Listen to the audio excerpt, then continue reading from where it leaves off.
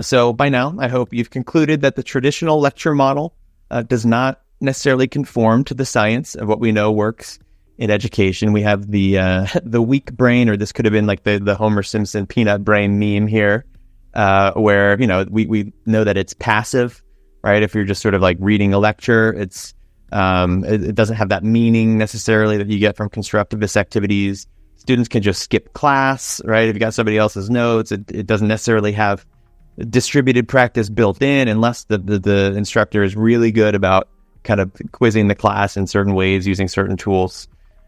So you're sort of relying on students to try to design their own studies with better practices on top of your lectures. And as we mentioned before, most students they don't know how to study well.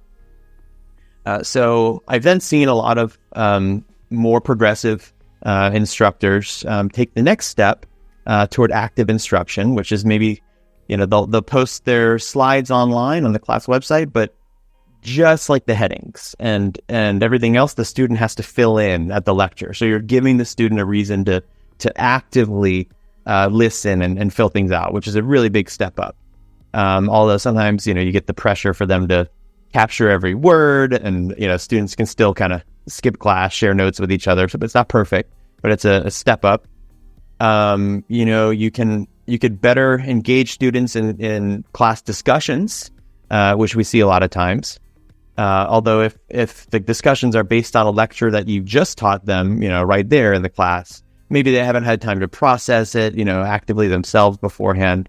So there wasn't sort of an ongoing repetition there for those concepts, but it's certainly a huge improvement. Then you can give tests or other papers that involve more of a kind of ongoing retrieval or processing of the information rather than just one big midterm and final, which are obviously improvements.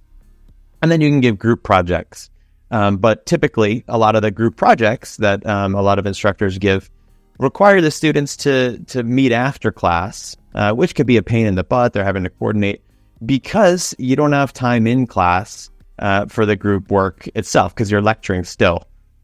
So this is where the better evolution happens, where you actually might be able to use the class time for the great interactive group activities and constructive activities because you're taking the instruction completely out of the curriculum. And this is sort of like the enlightened brain meme here, so to speak, right? The flipped classroom model where the Khan Academy has really popularized for math and even some computer science, but really works in a lot of other scenarios where you're assuming that the students themselves, they're teaching themselves, they're using the videos, they're using the online problem sets, whatever, so that when they come into class, they already know the material and maybe they have a couple questions for you. Maybe they have purpose, but they're ready to participate in a class discussion that involves what happened before class, not just what they were learning right there. They're able to participate in projects and kind of group activity because you outsourced the instruction part outside of the class. This is a very big paradigm shift for a lot of instructors, especially those who are later career. We've been imparting knowledge to students for so long. To think of ourselves as just a mere coach is really hard. We love the sound of our own voices. We think the word teacher or instructor sounds like it kind of means one who imparts knowledge onto others. And so the idea that there's a lecture video out there that my students can watch on their own that might not be me, or read something that maybe isn't my notes, or even read my notes but on their own, without me delivering them, it's hard for a lot of us to think about this sort of like asynchronous self-instruction and then come into class and work together. But there are increasingly technologies that really help with a large portion of what we teach. In fact, there are some all-in-one courseware platforms. I really like some of these where you can combine your entire instruction into just one big platform, right? They have a textbook and video built in, even kind of mobile or iPad. There's formative assessment as you're going. So there's this sort of distributed practice. Even after every little lesson, they're doing some sort of activity. There's self-paced learning. There might even be, AI chatbots to help them answer questions that they don't quite understand along the way. So by the time they come into class, they're 95% of the way there, and they're just coming to your class to answer the questions. And you're really just kind of becoming their coach and not necessarily having to teach everything from scratch on your own. The only downsides of these platforms, which I do love, they can be expensive, of course, because they are so full service. Because they're so all in one, you're really outsourcing your whole instruction to one big place, which gives you less flexibility if you do have some ways that you want to customize, obviously. And right now, these adaptive courseware platforms, to this extent, typically only cover a minority of the textbook titles out there, right? They're for the big 101 classes, right? Psych 101, Bio 101. Where there's economies of scale for these companies to invest in really rich adaptive curriculum because they know that millions of students might eventually study them. So even if you're using an old-fashioned textbook, you don't have that full courseware. You got ebooks, you've got YouTube videos, whatever you're working with. You can still flip the classroom and make the independent instruction mandatory before class, even with its own homework assignments that the students might be doing based on what they have learned before class, even before you've quote taught it, as a way to really implement some of these strategies. Super effective, not just because it helps you better distribute that exposure across multiple days, right, before class, during class, then after class, but again, it helps your students become more prepared for the class activities or to ask good questions in class. And one really great way to make sure that they're consuming the content actively before class, they're not just reading the book before class, right? Because hardly anyone ever does that, is encouraging them to create some sort of artifact, like, for example, social annotation. Like you can see two icons I have here. We have Peruse All and Hypothesis, which are really good collaborative highlighting and discussion and note-taking, so the students together can talk about passages and maybe get participation grade on their talk there. You can have concept mapping, where they're helping to transform what they're reading or watching into a visual map of their knowledge and their relationship between concepts.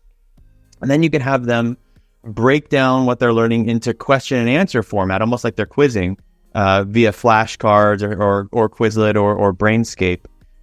Which kind of independently helps them to transform material as if they're going to teach it to somebody else in question and answer format. It just so happens that person they're teaching might be their future self if they're creating study materials for themselves. So really, really effective ways to help before class.